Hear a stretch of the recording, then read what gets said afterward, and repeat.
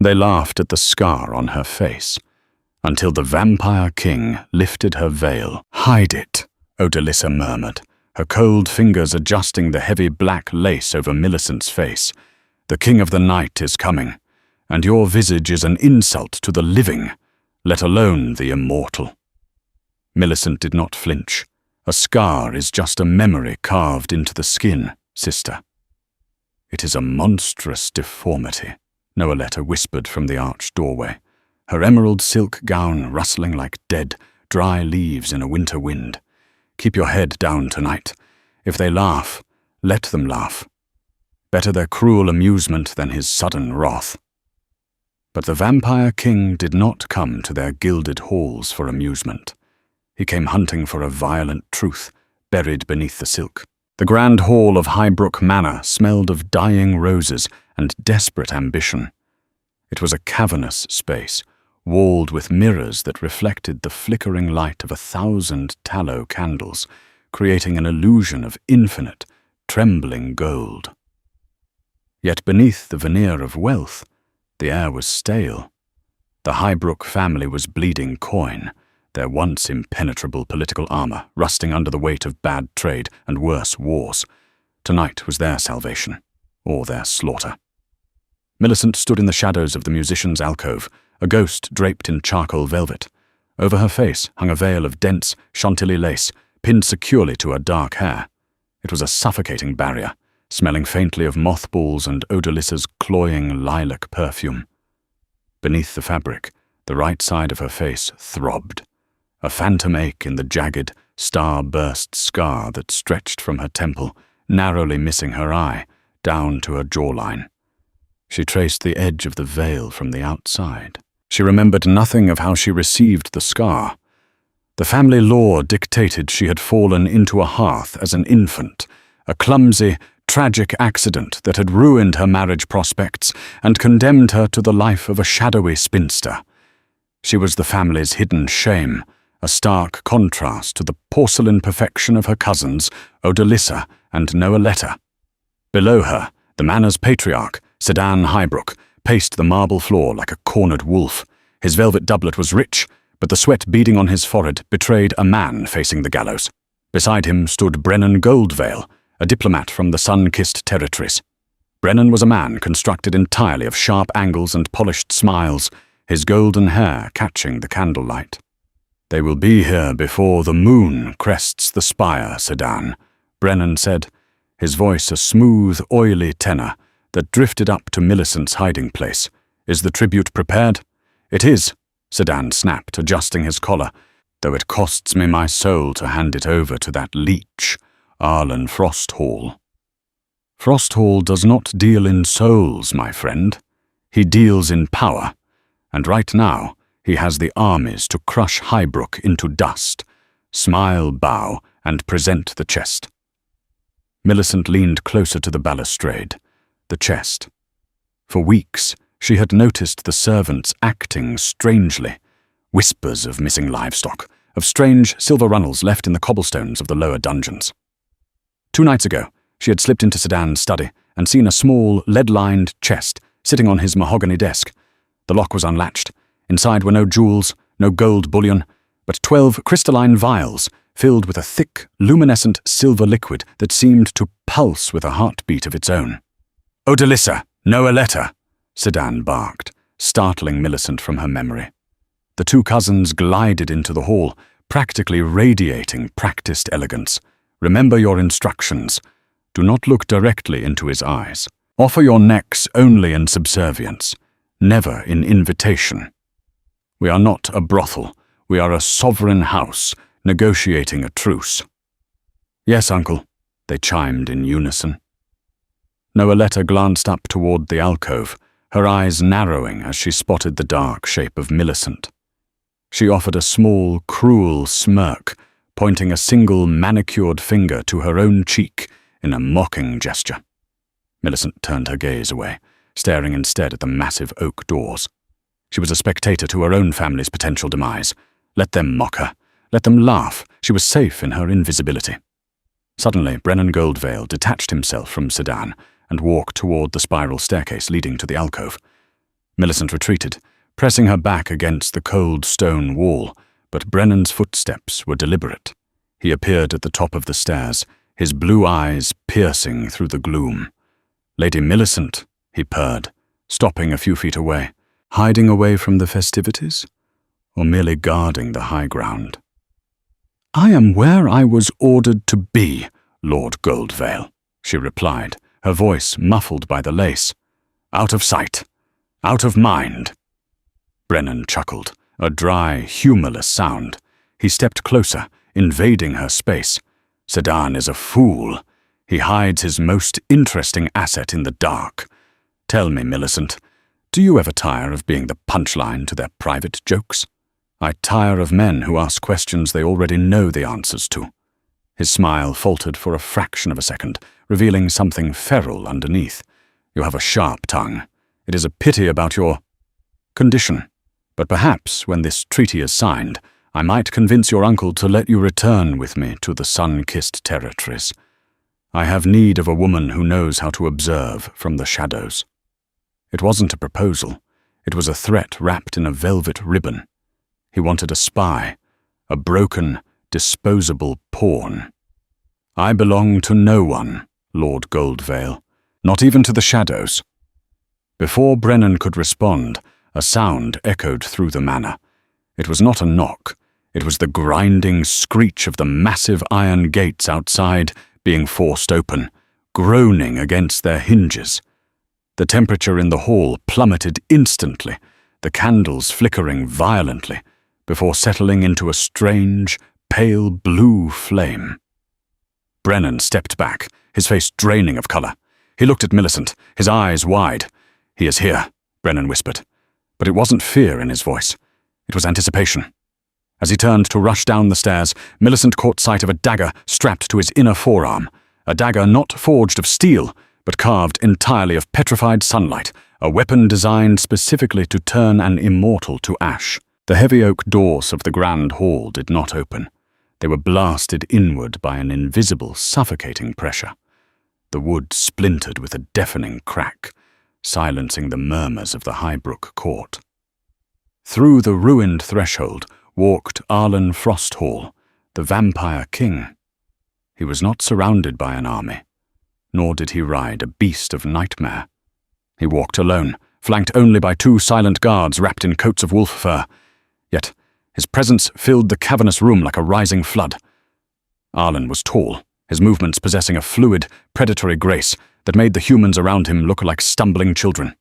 His hair was the color of a starless midnight, framing a face of agonizing, unnatural perfection. But it was his eyes that stole the breath from the room. They were rings of shattered silver, cold and unblinking, reflecting a world of violence long forgotten by mortal men. He wore a simple coat of black velvet and a high-collared shirt, devoid of the ostentatious jewels Sedan favored. He did not need wealth to command authority. He was authority. Sedan Highbrook dropped to one knee, a shaky, unpracticed motion. "Your Majesty, House Highbrook welcomes the King of the Night. Arlen walked past him without a glance. He moved directly to the long banquet table set in the center of the hall, running a gloved hand along the edge of a silver platter. "You smell of fear, Sedan Highbrook." Arlen's voice was a low, resonant baritone that vibrated in the marrow of everyone present, and cheap wine. Sedan scrambled to his feet, his face flushed with humiliation. Odalissa and Noeletta, standing near the table, curtsied deeply, their eyes pinned to the floor as instructed. "We have prepared a feast, my king," Sedan stammered, gesturing to the roasted meats and exotic fruits, and, as agreed, the tribute to solidify the Treaty of Ashen Frost. Arlen turned slowly. The tribute. He waved a hand, and one of his guards stepped forward, producing a heavy ledger. "My scribes inform me that Highbrook has failed to meet its border tariffs for 3 decades. A few roasted pheasants will not balance the scales." Brennan Goldvale stepped out from the crowd, bowing smoothly. "Your Majesty, I represent the sun-kissed territories. We have aided Lord Highbrook in compiling a tribute that goes beyond mere gold. A unique offering." Millicent watched from above, her breath catching. Brennan was pushing Sedan into a corner. Sedan shot Brennan a panicked look before motioning to a servant. The servant rushed forward with the lead-lined chest Millicent had seen in the study. With trembling hands, the servant unlatched it and opened the lid. The pale blue candlelight caught the crystalline vials. The silver liquid inside pulsed rhythmically. Arlen's silver eyes locked onto the chest. For the first time, a flicker of emotion crossed his impassive face. Not greed, but a terrifying, absolute fury. "Where did you get this?" Arlen's voice dropped to a whisper that echoed like thunder. Sedan swallowed hard, misreading the king's reaction for awe. "It is the blood of a fallen star weaver, your majesty. Extracted over years from a captive we found, wandering the eastern wastes. We know your kind prizes the blood of the ancients. It grants daytime walking, does it not?" Millicent gripped the balustrade. A captive? Extracting blood for years? The atrocities hidden beneath her family's roof were worse than she could have imagined. But Arlen did not look pleased. He took a slow, deliberate step toward Sedan. The temperature dropped another 10 degrees. Frost began to spiderweb across the mirrors in the hall. "You bled a star weaver like a dairy cow," Arlen stated, the words devoid of inflection. Brennan, sensing the shift in the atmosphere, quickly intervened. "Lord Highbrook means to say, it is a gift of unparalleled value, symbolizing his submission." "Quiet," Arlen commanded. The force of the word threw Brennan backward a full step. Sedan, desperate to break the suffocating tension and desperately trying to reassert his control, looked wildly around the room. His eyes darted to the musician's alcove. A cruel, desperate idea formed in his panicked mind. If the king was angered by their serious tribute, perhaps a distraction, a display of Highbrook's own self-deprecation, would appease him. It was a vile tactic he used in court, offering up the weak to save the strong. "My king, please," Sedan laughed nervously, a high, grating sound. "If the tribute displeases you, allow us to offer you a jest, a token of our household's humility. We are but broken things before you. Look. Look upon our ruined prize." Sedan pointed a trembling finger directly at the alcove. "Bring her down." Two guards, eager to follow Sedan's orders and escape the king's terrifying gaze, rushed up the stairs. Millicent tried to back away, but they grabbed her arms roughly, dragging her down the spiral staircase. Her heavy velvet dress caught on the steps. She stumbled, landing harshly on the marble floor at the foot of the banquet table. "This is my niece, Millicent," Sedan announced, his voice tinged with a manic desperation, hidden away so as not to offend the delicate sensibilities of our guests. "Show the king, girl. Show him what a true monster looks like." Odalissa and Noeletta could not contain themselves. Despite the terror of the vampire king, their lifelong habit of cruelty broke through. A sharp, mocking giggle escaped Noeletta's lips. It was contagious. Several sycophants in the crowd, eager to align with Sedan's desperate jest, joined in. A ripple of nervous, cruel laughter spread through the hall. Millicent knelt on the cold floor, her head bowed, the thick black veil obscuring her face. The laughter washed over her like acid. She closed her eyes, waiting for the king's mockery to join them, waiting for the final humiliation. Crack. The sound was sharp as a gunshot. The crystal wine goblet Arlen had picked up moments before shattered completely in his gloved hand. The laughter died instantly, choked in the throats of the courtiers. Millicent opened her eyes beneath the veil. Through the black lace, she saw droplets falling from Arlen's clenched fist onto the pristine marble. But the liquid wasn't the dark crimson of human blood. It was glowing, luminescent silver, the exact same color as the blood in the vials. The silence in the hall was absolute, heavy, and pregnant with the promise of death. The only sound was the steady drip, drip, drip of the vampire king's silver blood hitting the floor. Arlen Frosthall did not look at his bleeding hand. He did not look at the shattered glass, nor at Sedan Highbrook, whose face had gone the color of spoiled milk. He looked only at the kneeling figure in charcoal velvet. Slowly, deliberately, Arlen began to walk toward Millicent. The two guards flanking her scrambled backward, tripping over their own boots to get away from the immortal. Arlen's footsteps were silent on the marble, yet the ground seemed to shudder with every step he took. Millicent's breath hitched. She kept her head down, her vision restricted to the hem of his black coat and the tips of his polished boots stopping mere inches from her knees. She expected a strike. She expected him to demand her death for the insult her uncle had presented. Instead, a cold, impossibly gentle hand touched her chin. Through the thick lace, she felt the chill of his skin. He tilted her face upward. "They laugh," Arlen said softly, his voice meant only for her, yet carrying to the furthest corners of the frozen hall. "They laugh at a veil, not knowing what fire it contains." Sedan found a shred of his voice. "Your Majesty, she is disfigured. A childhood accident. Please do not soil your hands. If you speak again, Sedan Highbrook," Arlen said without breaking his gaze on Millicent, "I will pull your spine through your throat." Sedan choked on his own breath and fell utterly silent.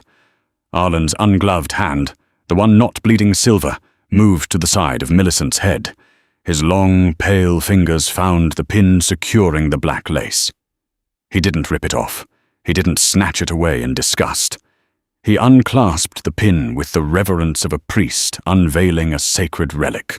The heavy Chantilly lace slid away, falling to the marble floor like a dead crow. The harsh, blue-tinted candlelight hit Millicent's face. The left side was pale, aristocratic, untouched. The right side bore the massive, jagged scar, a raised lattice of white and pale pink tissue that crawled from her temple down to her jaw. In the crowd, Odalissa gasped softly in performative horror. Arlen Frosthall did not gasp. He did not sneer. He dropped slowly to one knee, bringing himself to her level. His silver eyes roamed over the ruined flesh of her cheek. A childhood accident, Arlen mused, a dark, terrible smile playing at the corners of his mouth. He brought his hand up and lightly, barely grazing the skin, traced the air just millimeters above the jagged lines of her scar. As his finger moved, an electric shock shot through Millicent's skull. The phantom pain she had endured for 20 years vanished, replaced by a sudden, terrifying warmth. To her utter shock and the horror of the observing crowd, the scar tissue began to emit a faint, pulsing, silvery glow, matching the exact rhythm of the blood dripping from Arlen's other hand. "They told me the Starfall lineage was extinguished," Arlen whispered, his silver eyes locking onto her wide, terrified brown ones. "They told me I was the last to carry the celestial fire. Yet here you stand, little bird, bearing the mark of the old gods, a mark I left to seal your life to mine." Millicent's mind reeled. The memories, buried under years of trauma and family lies, suddenly breached the surface of her mind. Fire, a burning carriage, a pale boy with silver eyes pulling her from the wreckage, pressing his bleeding wrist to her dying, burnt face to heal her, leaving behind a scar of immortal energy. He had saved her. He was the reason she lived. "You," Millicent breathed, her voice trembling. "I have spent 2 centuries looking for the girl who took half my soul," Arlen said, his voice raw with an emotion that stripped away his predatory facade. Before Millicent could process the gravity of his words, a shift in the shadows caught her eye. Behind Arlen, Brennan Goldvale had moved with unnatural speed. The diplomat's facade was gone. His eyes were wide with fanatical hatred, and in his hand, the dagger carved of pure sunlight blazed to life, illuminating the hall in a blinding golden glare. But Brennan wasn't aiming for the Vampire King's back. He was lunging directly over Arlen's shoulder, the blinding blade aimed straight for the glowing silver scar on Millicent's face. Time seemed to fracture into jagged, agonizingly slow shards. Millicent saw the golden death descending toward her face. The dagger of petrified sunlight, wielded by Brennan Goldvale, hummed with a violent, searing frequency that tasted like ozone and burnt sugar on the back of her tongue. Brennan's face was twisted into a mask of righteous zealotry. He wasn't merely a diplomat. He was a zealot of the solar ecclesia, an ancient order sworn to eradicate the Star Weavers and the vampires who coveted them. He had intended to assassinate the Vampire King tonight, but seeing the glowing scar, the undeniable proof of celestial blood mingling with immortal magic, he had shifted his target. Millicent was the greater threat. The blade was mere inches from her glowing cheek when the air pressure in the room imploded. Arlen Frosthall did not turn. He did not draw a weapon. With a speed that defied the laws of physics, he simply reached up over his own shoulder. Hiss! A sickening sound of searing flesh echoed through the grand hall.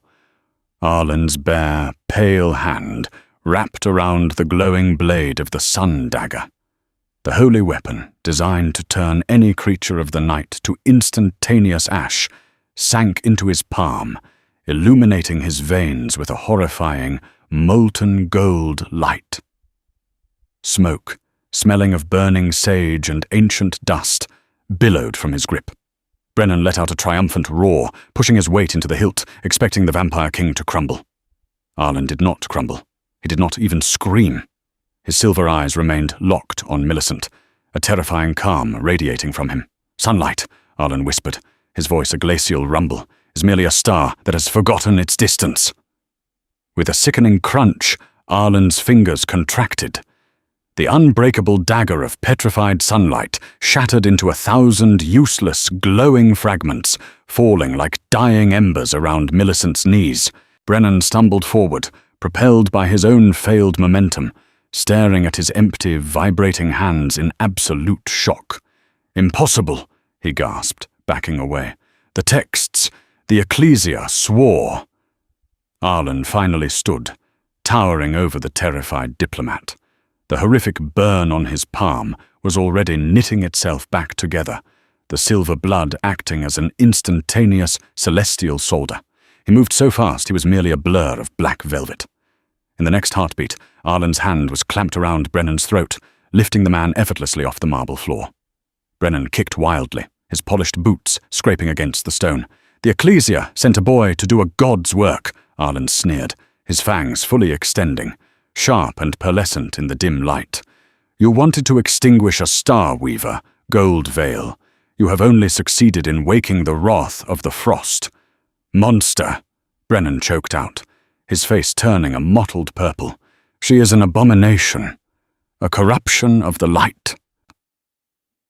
"She is mine," Arlen corrected, the words echoing with a strange, possessive resonance that made the silver scar on Millicent's face throb in tandem. With a flick of his wrist, Arlen threw Brennan across the massive hall.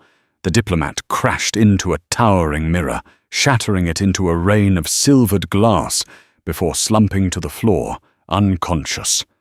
The hall was engulfed in a terrified, breathless silence. Sedan Highbrook was shaking so violently his teeth chattered. Odalissa and Noeletta clung to each other, their cruel arrogance entirely evaporated, replaced by raw, animal panic. Arlen turned back to Millicent. He extended a hand, the very hand that had just crushed a holy weapon. Millicent stared at it. Her entire reality had unraveled in the span of 5 minutes. She was no clumsy spinster ruined by a hearth fire. She was a star weaver, a vessel of ancient celestial magic, and the most feared creature on the continent had just claimed her. Hesitantly, she placed her hand in his. His skin was cold, but the moment their fingers intertwined, a surge of profound warmth flooded her veins, chasing away the bone-deep chill she had felt her entire life. He pulled her to her feet with gentle ease. "Lord Highbrook," Arlen said, his back to the cowering patriarch, "you have presented your tribute, and I have found my prize." "Take her!" Sedan cried out, his voice shrill. "Take the girl, your majesty. She is yours. Erase our debts, spare our lives, and take the freak." Arlen's head snapped toward Sedan, his silver eyes flashing with a predatory gleam. "Do not mistake my reclamation for a pardon, Sedan.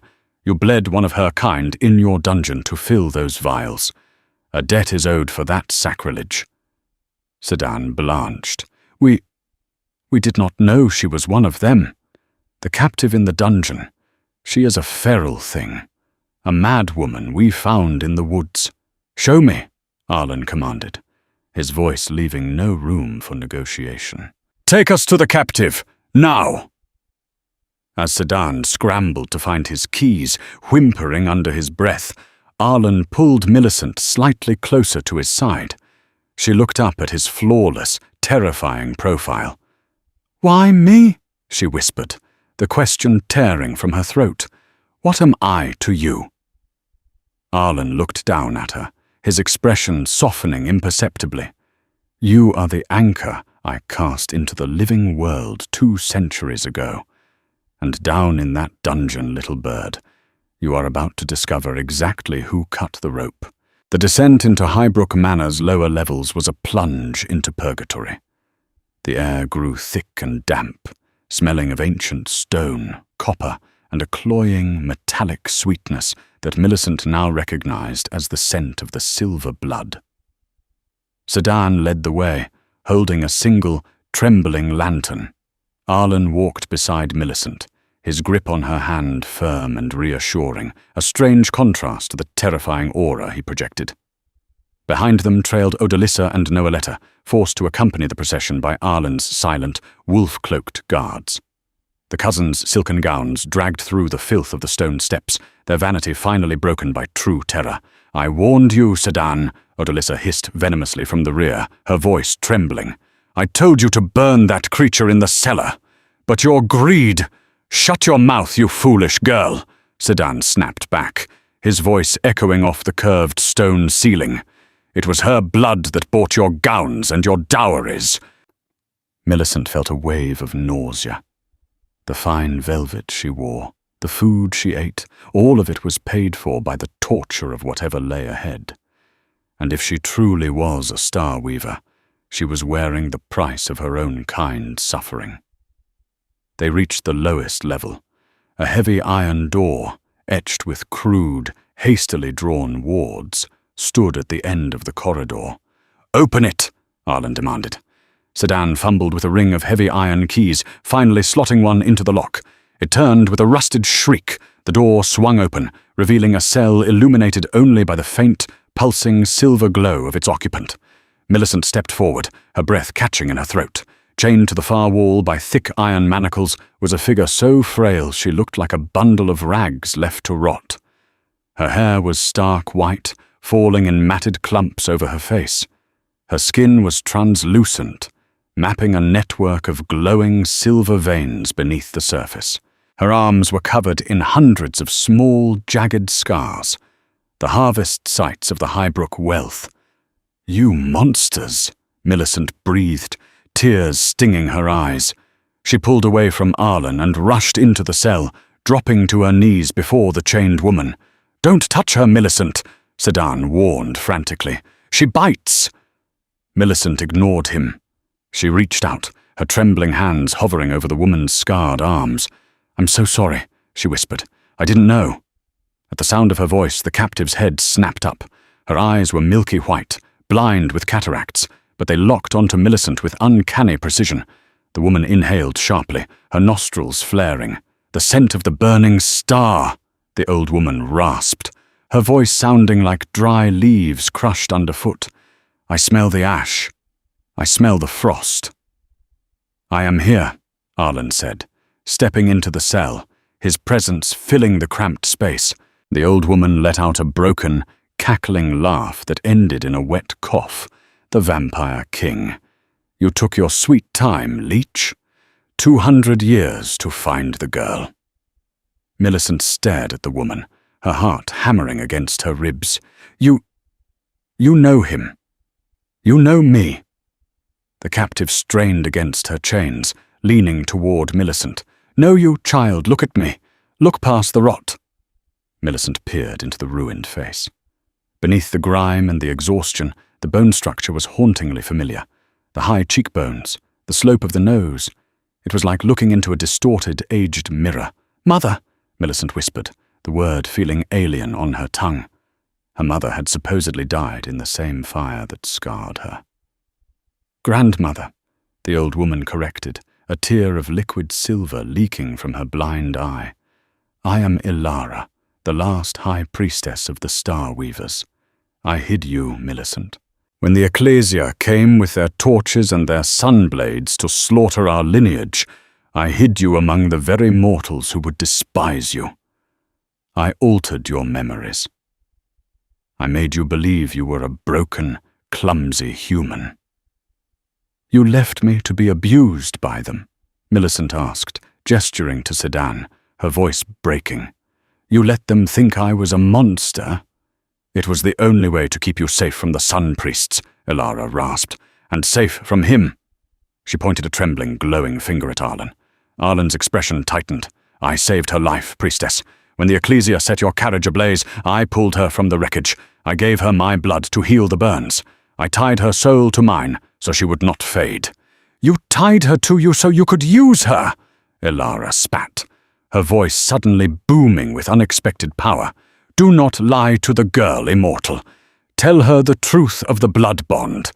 Arlen remained silent, his jaw clenching. Millicent stood up slowly, looking between her grandmother and the Vampire King. The warmth of Arlen's touch suddenly felt like a chain of its own. What truth?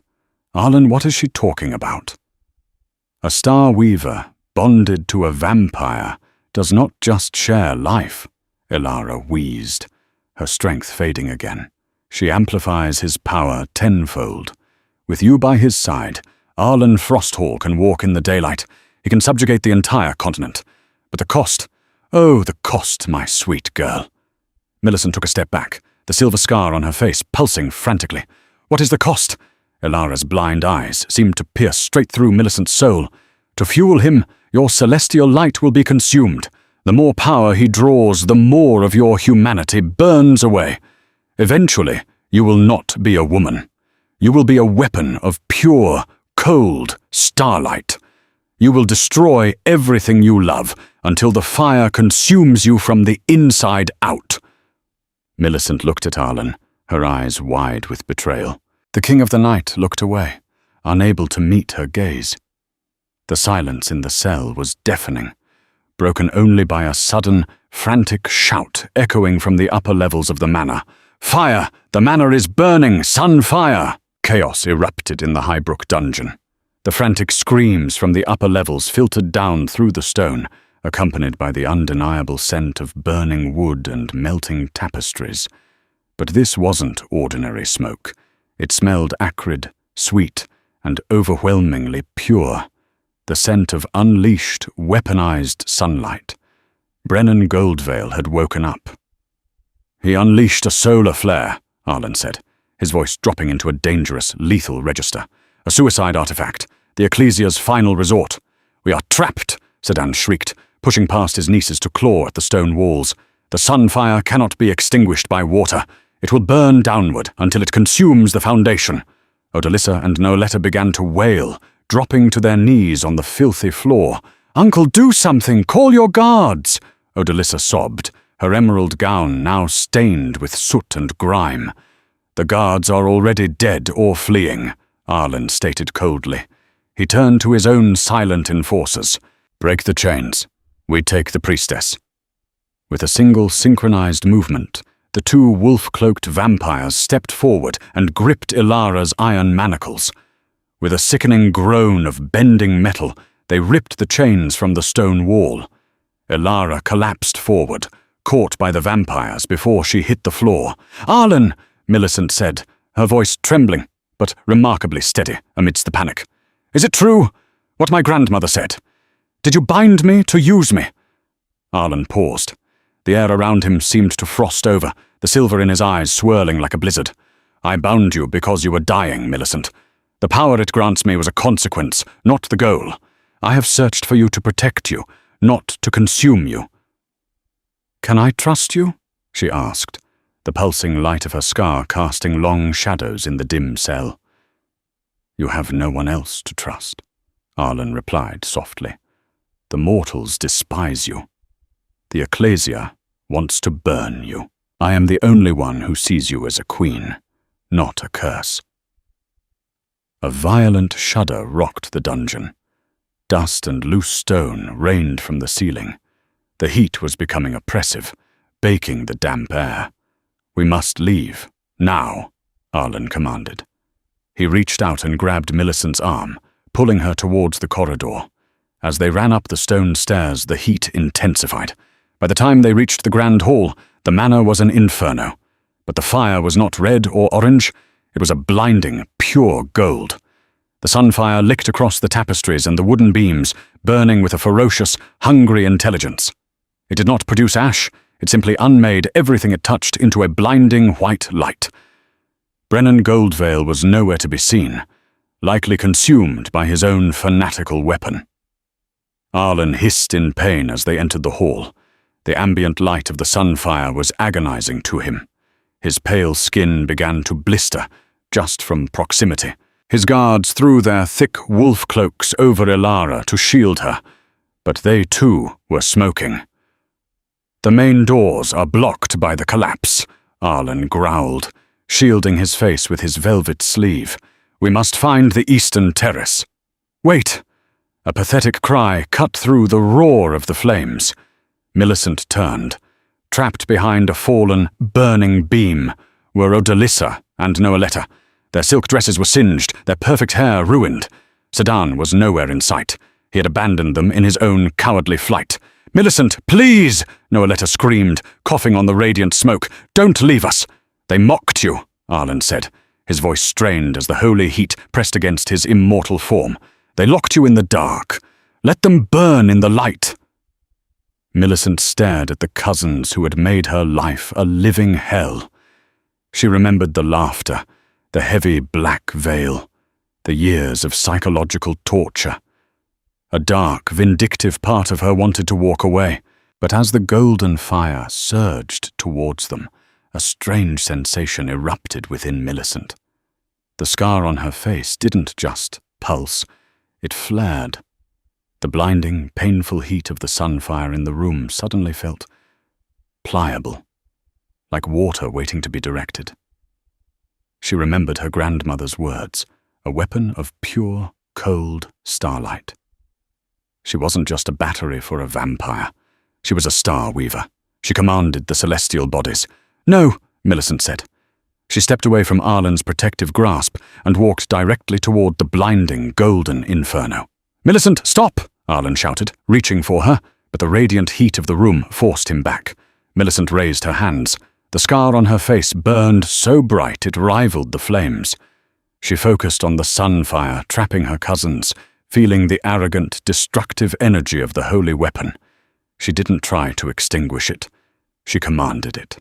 With a breathless gasp, she pulled her arms back. The golden fire detached from the fallen beam. It swirled through the air like a ribbon of liquid light, rushing toward her. Noeletta and Odalissa screamed, burying their faces in the floor. But the fire didn't burn Millicent. It swirled around her arms, absorbing into the glowing silver scar on her cheek, feeding her an intoxicating, terrifying rush of raw power.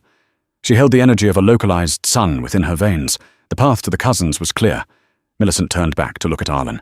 Her eyes, normally a soft brown, were now entirely silver, glowing with the combined light of his immortal blood and the consumed sunfire. She looked terrifying. She looked divine. "Get up," Millicent commanded her cousins, her voice echoing with a multi-layered resonance that shook the remaining glass in the manor. "Run to the eastern terrace. If you fall behind, I will let the fire have you." Odalissa and Noeletta scrambled to their feet, sobbing in terror, and bolted past her toward Arlen and the guards. Millicent stood in the center of the burning hall, the golden fire retreating from her presence. She had saved them. But as she felt the immense, terrifying power thrumming just beneath her skin, she realized the true twist of her fate. She didn't know how to turn the power off. The power of a dying star is not meant to be housed within mortal flesh, nor is it meant to be held by a soul accustomed only to shadows. Millicent stood in the epicenter of the grand hall, a living, breathing supernova. The golden sunfire she had commanded from the burning rafters did not dissipate. It coiled beneath her skin, racing through her veins in a terrifying, coruscating dance. Her usually pale complexion was flushed with an unnatural radiant heat, and the silver scar on her face had become a blinding beacon, projecting rays of solid light that sliced through the thick, oily smoke of the collapsing manor. She looked down at her hands. They were trembling, translucent, the bones visible as dark silhouettes against the searing, golden energy radiating from within. She felt no pain, only a horrific, overwhelming fullness, a pressure that threatened to shatter her physical form into a million glowing atoms. "Millicent!" Arlen's voice cut through the roaring inferno, a desperate anchor in a sea of fire. He stood at the edge of the hall, his black velvet coat smoking, his pale skin blistering under the ambient holy radiation she was now emitting. He could not approach her. To touch her now, infused as she was with the Ecclesia's most potent weapon, would be to invite instantaneous incineration. "I cannot hold it," Millicent gasped, her voice echoing with that terrifying, multi-layered resonance. When she spoke, sparks of liquid gold fell from her lips, scorching the marble beneath her boots. "It is unmaking me." "You are a star weaver," Arlen commanded, his silver eyes flashing with unyielding authority, refusing to let her succumb to the panic. "The fire does not consume you, it serves you. Force it down. Bind it to the silver in your blood." "How?" she screamed, as a massive oak chandelier, consumed by the blaze, crashed to the floor inches away, sending a plume of embers into the air. "Remember the cold," Arlen shouted over the din. "Remember the ice of my touch when I lifted your veil, the darkness of the alcove where you hid. You cannot fight fire with fire, Millicent. You must smother it with the void." Millicent closed her blazing silver eyes. She blocked out the roar of the collapsing Highbrook Manor. She blocked out the distant, pathetic weeping of her cousins near the eastern terrace. Instead, she reached into her own traumatic past. She remembered the suffocating weight of the black Chantilly lace. She remembered the cold, lonely nights in her unheated chambers, the chilling certainty of her own irrelevance. She took that cold, dark emptiness and pushed it against the raging, arrogant sunfire in her veins. The collision within her body was agonizing. She let out a guttural, tearing cry, falling to her knees. The golden light flared violently, blinding everyone in the room, and then, slowly, agonizingly, it began to dim. The gold shifted to a pale, luminous silver, retreating from her extremities, condensing and solidifying around the jagged lattice of the scar on her right cheek. She collapsed forward, her hands hitting the blistering marble.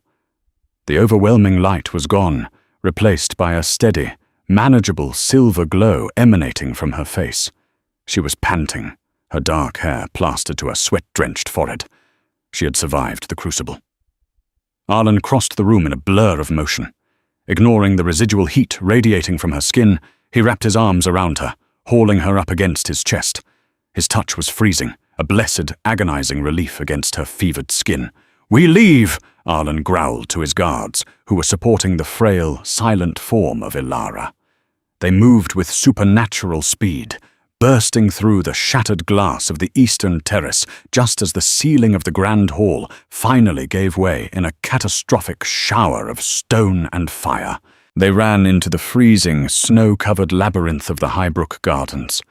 The night air was a sharp knife against Millicent's lungs, but she welcomed it.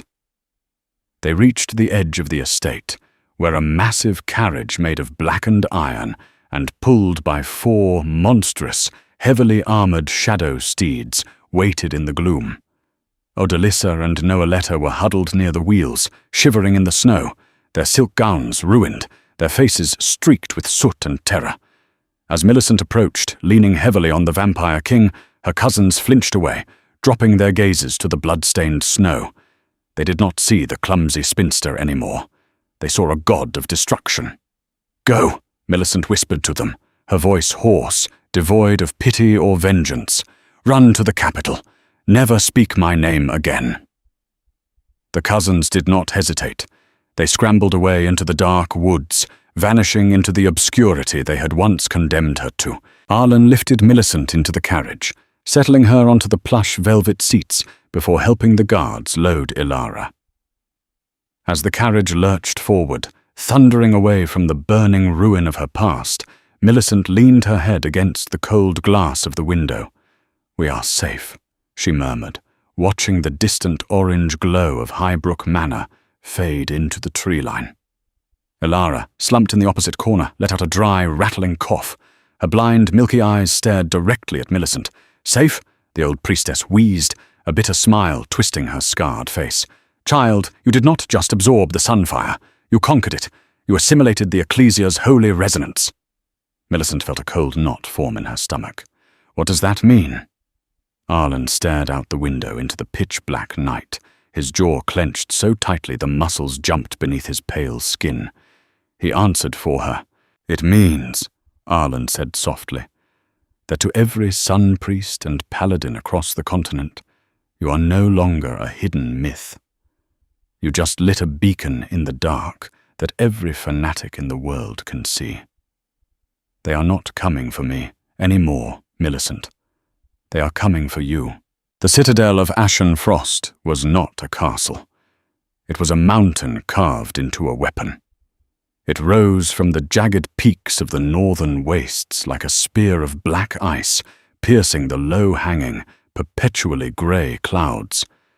There were no torches, no banners, only the sleek, terrible geometry of a fortress designed to withstand eternity. As the iron carriage rattled over the drawbridge of petrified bone, Millicent felt the sheer, crushing weight of Arlen's domain. Inside, the citadel was a labyrinth of vast libraries, astronomical observatories, and silent, echoing halls, lit only by the luminescent moss that clung to the high vaulted ceilings. The vampires here were not the feral blood drinkers of mortal nightmares. They were scholars, warriors, and silent watchers, moving like shadows among towering stacks of ancient, decaying scrolls. For 3 days, Millicent rested in a chamber of black marble, the fever of the sunfire slowly ebbing from her bones. The silver scar on her face no longer throbbed with agony, but it pulsed with a steady, rhythmic light, a physical manifestation of her celestial heartbeat.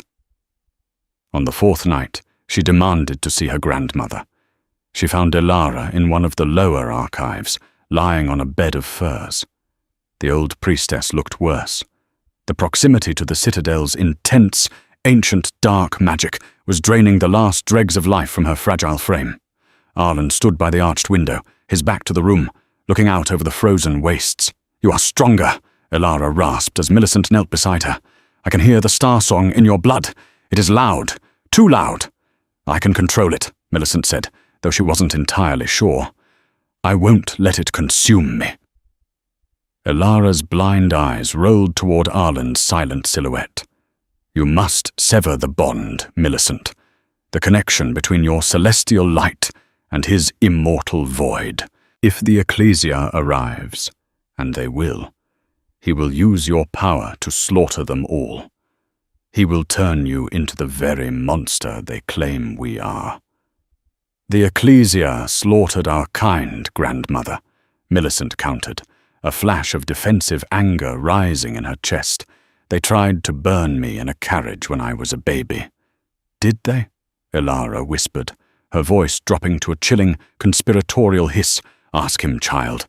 Ask the King of the Night how the Ecclesia knew exactly where our hidden coven was that night. Ask him who sent the coordinates to the sun priests." The silence in the room became absolute. The ambient hum of the citadel seemed to cease. Millicent froze. She looked up slowly at Arlen's broad back. "Arlen?" He did not turn around immediately. When he finally did, his face was a mask of carved marble, utterly devoid of emotion. Yet his silver eyes were turbulent oceans of regret. "I sent the missive," Arlen stated. The words were a physical blow to the room. Millicent stood up, stumbling back a step. You brought the Ecclesia to us. You caused the fire." "I brokered a temporary truce with the solar Ecclesia 2 centuries ago," Arlen explained, his voice flat, analytical, masking the horrific truth. "A localized strike, I gave them the location of the Star Weaver coven in the Eastern Valley. Why? Millicent's voice cracked. The man who had saved her, the man who had pulled her from the wreckage, was the architect of her destruction. Why would you do that? Because your grandmother is lying to you, Arlen snarled, his composure breaking for a fraction of a second. He pointed an accusatory finger at the dying woman on the bed. Tell her, Elara. Tell her what the peaceful Star Weavers were planning. Tell her about the Ascension Rite. Elara bared her ruined teeth, looking suddenly less like a victim and more like a cornered predator. It was our right. The mortals had poisoned the earth, and the vampires were a plague upon the night. We were going to cleanse it all in holy fire. Arlen looked back at Millicent, his expression grim. Your coven wasn't hiding, Millicent. They were preparing to detonate the ley lines of the continent. They were going to trigger a cataclysm of celestial energy that would have reduced half the world, mortal and immortal alike, to glass and ash. I could not breach their wards alone, so I used the ecclesia. I aimed the fanatics at the zealots to save the world. But you didn't save the world, Millicent whispered, tears of silver tracing down her unscarred cheek. You just burned my family. I did not know there were children in the compound, Arlen said, his voice dropping to a desperate, ragged whisper. He closed the distance between them, falling to one knee before her, ignoring the flinch she gave as he approached. When I saw the carriage burning, when I saw you inside, screaming, the weight of my arrogance broke me. I dragged you out. I gave you my blood to stop the flames. I tied your dying soul to mine because I could not bear to be the executioner of an innocent. He looked up at her, laying his soul bare. I have spent 200 years trying to make amends for a tactical decision that cost you everything. I did not find you to use you, Millicent. I found you so I could finally face my judgment. Millicent looked down at the Vampire King, kneeling at her feet. The neat, clean narrative of heroes and villains had collapsed. The Ecclesia were murderous fanatics. Her own ancestors had been genocidal zealots, and Arlen, the terrifying king of the night, was a monster, born of a terrible, necessary compromise. Before she could speak, before she could decide whether to forgive or destroy the man at her feet, a deafening horn blasted through the citadel. It was a sound that vibrated the very bedrock of the mountain. A harsh, brassy wail that smelled of burning ozone. Arlen stood up instantly, the vulnerability vanishing from his face, replaced by the lethal, calculating mask of the warlord. They are here, Arlen said, looking towards the window. Millicent rushed to the glass. On the horizon, cresting the ridges of the northern wastes, a sea of golden light was rising. It was not the dawn. It was an army of 10,000 Ecclesia paladins, marching with banners of woven sunlight, and at their vanguard, riding a beast of pure, animated flame, was a figure that defied reality. Half of his body was charred black, the other half glowing with an unstable, radioactive golden light. Brennan Goldvale had survived his own suicide weapon, and he had brought the wrath of the sun to the gates of frost. The siege of the citadel was a clash of opposing fundamental forces. From the high parapets, Millicent watched as the Ecclesia's catapults hurled boulders of petrified sunlight against the citadel's walls of black ice. The impacts created blinding explosions, momentarily turning the night into agonizing, burning day. In response, Arlen's vampires did not use arrows. They stood upon the walls and sang, a deep, resonant, throat-singing chant that summoned localized blizzards, freezing the Ecclesia vanguard solid in their armor. It was a beautiful, horrifying slaughter. Arlen stood beside Millicent, his long black sword drawn, the blade absorbing the ambient light. I must join the vanguard, he said, his voice calm amidst the chaos. Goldvale's presence is disrupting our wards. If I do not break their line, they will breach the lower gates. You will be torn apart, Millicent said, her eyes fixed on the glowing, monstrous form of Brennan below. He is not a man anymore. He is an avatar of the flare. I am the king of the night, Arlen replied softly. My existence has been borrowed time since the night I pulled you from the fire. Stay here. If the walls fall, use your light to escape. Do not let them take you." He turned to leave, but Millicent grabbed his arm.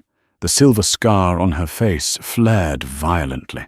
"I am done hiding," she said, her voice carrying that strange dual resonance. "I am done being a pawn for my family, a battery for my grandmother, and an excuse for your redemption. This war ends tonight." Before Arlen could stop her, Millicent stepped up onto the crenellations of the wall. She closed her eyes and inhaled the scent of ozone, blood, and ice. She felt the blood bond between her and Arlen, a thick, invisible cable of energy tying her life to his darkness. She felt the celestial sunfire she had absorbed from the manna resting heavily in her veins. She did not choose the light. She did not choose the dark. She chose herself. Millicent stepped off the wall. She did not fall. The raw, celestial energy within her ignited, catching her mid-air. She drifted down towards the battlefield, a beacon of blinding silver light descending into the chaotic clash of gold and black. The battlefield fell silent. The paladins stopped swinging their weapons. The vampires ceased their chants. All eyes turned upward to the terrifying angelic figure floating to the earth. Brennan Goldvale spurred his beast of flame forward, pointing his warped, glowing sword at her. "The abomination!" he roared, his voice sounding like grinding gears. "Burn her from the sky!" "Silence," Millicent commanded. She landed softly in the snow between the two armies. She raised both hands. In her right hand, she summoned the stolen sunfire, a sphere of blistering, arrogant gold. In her left, she drew upon the blood bond with Arlen, pulling the freezing, absolute zero void of the vampire curse into a sphere of pure, devouring black. The strain was unimaginable. Her body was the conduit between the birth of a star and its inevitable, crushing death. The scar on her face cracked, bleeding not silver, but a strange, pearlescent liquid. "You fight for supremacy!" Millicent's voice boomed across the frozen wastes, a sound that forced both paladins and vampires to their knees.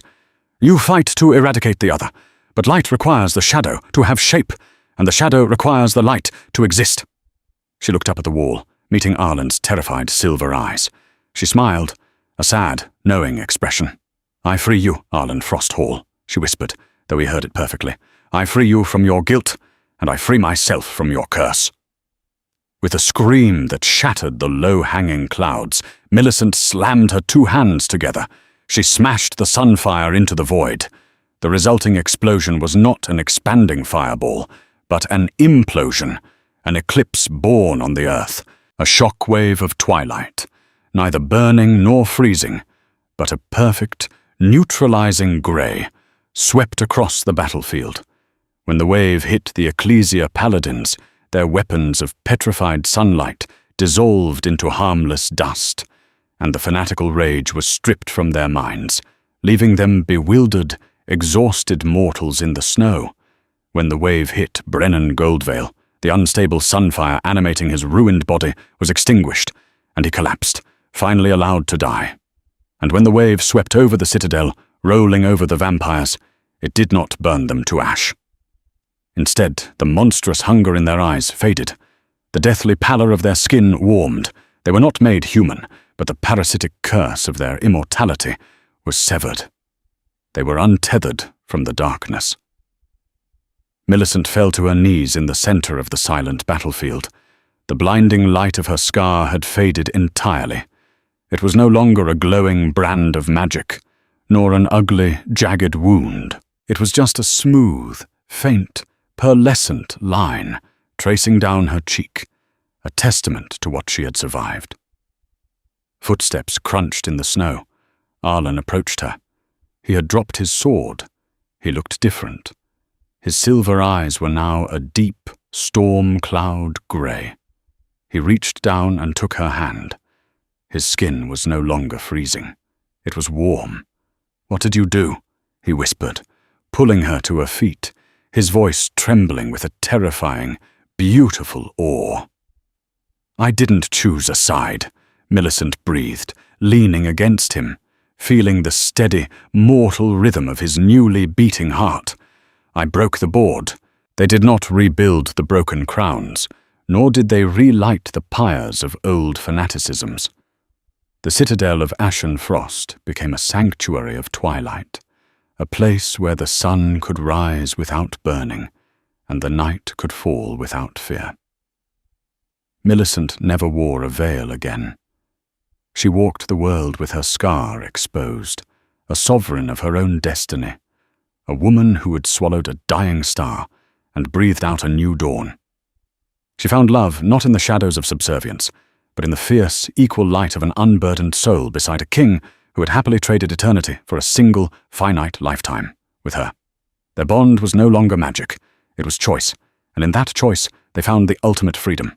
If you were captivated by Millicent's journey from a veiled outcast to the arbiter of light and dark, leave a like, share this story with your fellow fantasy lovers, and subscribe for more epic tales of unpredictable magic and cinematic destiny. Let me know in the comments, would you have forgiven Arlen?